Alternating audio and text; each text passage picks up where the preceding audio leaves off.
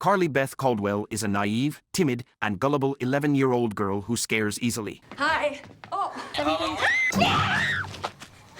And as a result, she is repeatedly ridiculed by two of her classmates, Chuck and Steve, who delight in making her life a misery. One night, while Carly Beth and her friend Sabrina were hanging around, it caught their attention a novelty store that seems to have sprung up on the edge of town overnight. When Carly Beth goes home, she finds her mother has made her a plaster of Carly Beth's face as a symbol of her love for her, and for Halloween night, she has made her a cute duck costume. Cute? Last thing I want to be on Halloween is cute. I want to be scary this time. The next day during lunch break, Chuck and Steve put a live worm in her sandwich, and she nearly bites into it, and all of her classmates started laughing at her. Carly Beth leaves school in tears and rips the duck costume her mother made for her. Determined to be a victim no more, Carly Beth plots to visit the creepy novelty store to get a frightening mask in order to scare Chuck and Steve as a payback.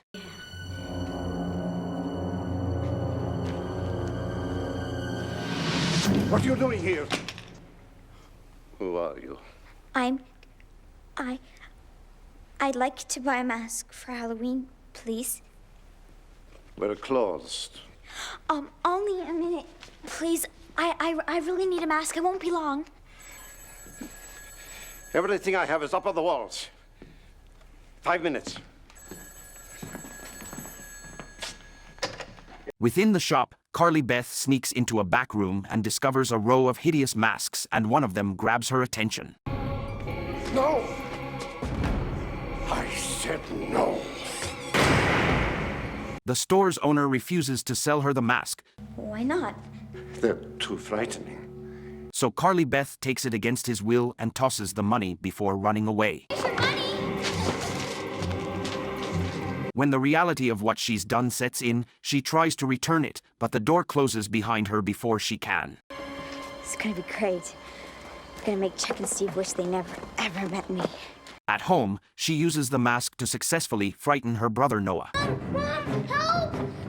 Help! Hey, stupid, it's me, it's Carly Beth.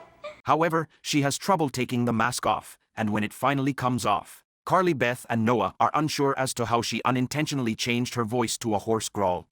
I don't know. But I like it. After putting on the mask for a second time, the mask seems to warp itself onto Carly Beth's face. Whoa. Carly Beth, you are scary. She completes her transformation by carrying around an equally creepy mask of her own face as though it were a severed head on a pike. Carly Beth goes in search of Chuck and Steve, determined to make them pay. Yet strange things starts happening to her, and she starts acting like a totally different person. She frightens young children, attacks her friend Sabrina, and vandalizes the neighborhood. Eventually Carly Beth finally finds Chuck and Steve, and while attempting to scare them, the mold of her face speaks, imploring them to help her. Please help me. Chuck and Steve run off in fear, and Carly Beth takes a little too much pleasure in her revenge, appearing to lose herself to the mask's influence. She then buries the mold of her face as a way of her saying goodbye to who she used to be. Bye-bye, scaredy cat. Bye-bye.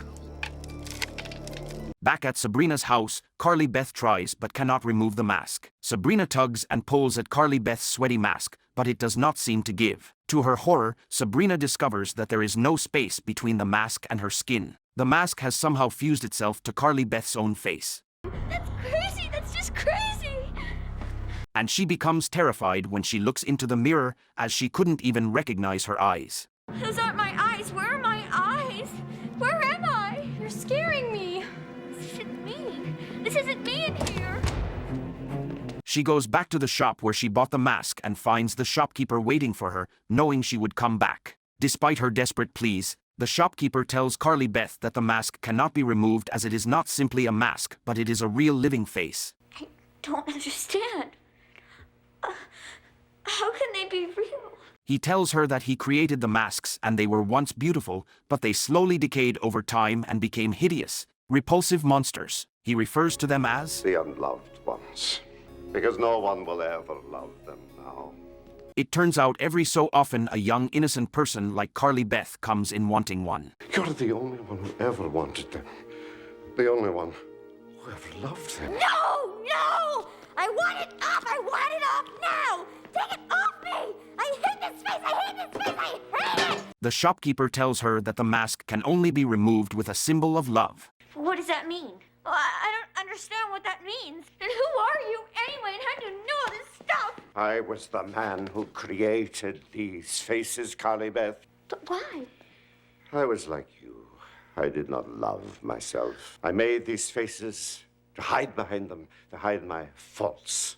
But the faults were inside me. That's what infected the faces, turned them into monsters. Like this one is turning now. Very soon it will join the other failures on the shelf. I don't dare show you what's underneath.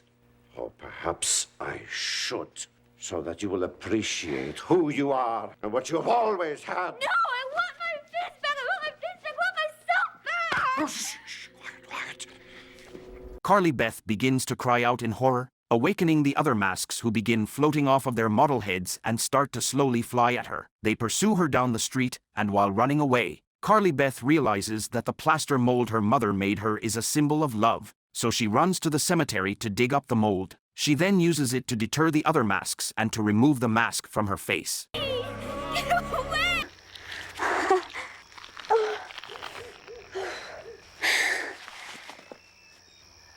Just a mask. It's just a mask again.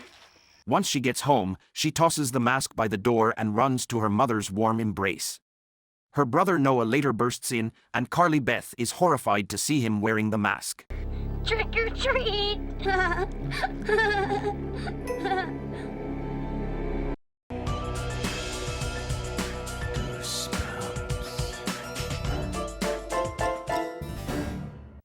Don't be mad, Carly Beth. It's just... you're so scareable, that's all. I am not. Come on, that's not fair. Carly Beth, come on. I might be afraid sometimes.